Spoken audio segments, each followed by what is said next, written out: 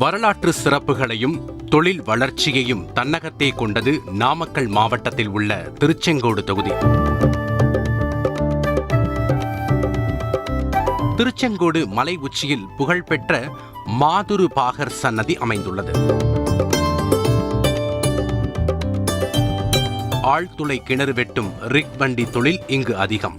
புகழ்பெற்ற பள்ளி கல்லூரிகள் பல உள்ளன.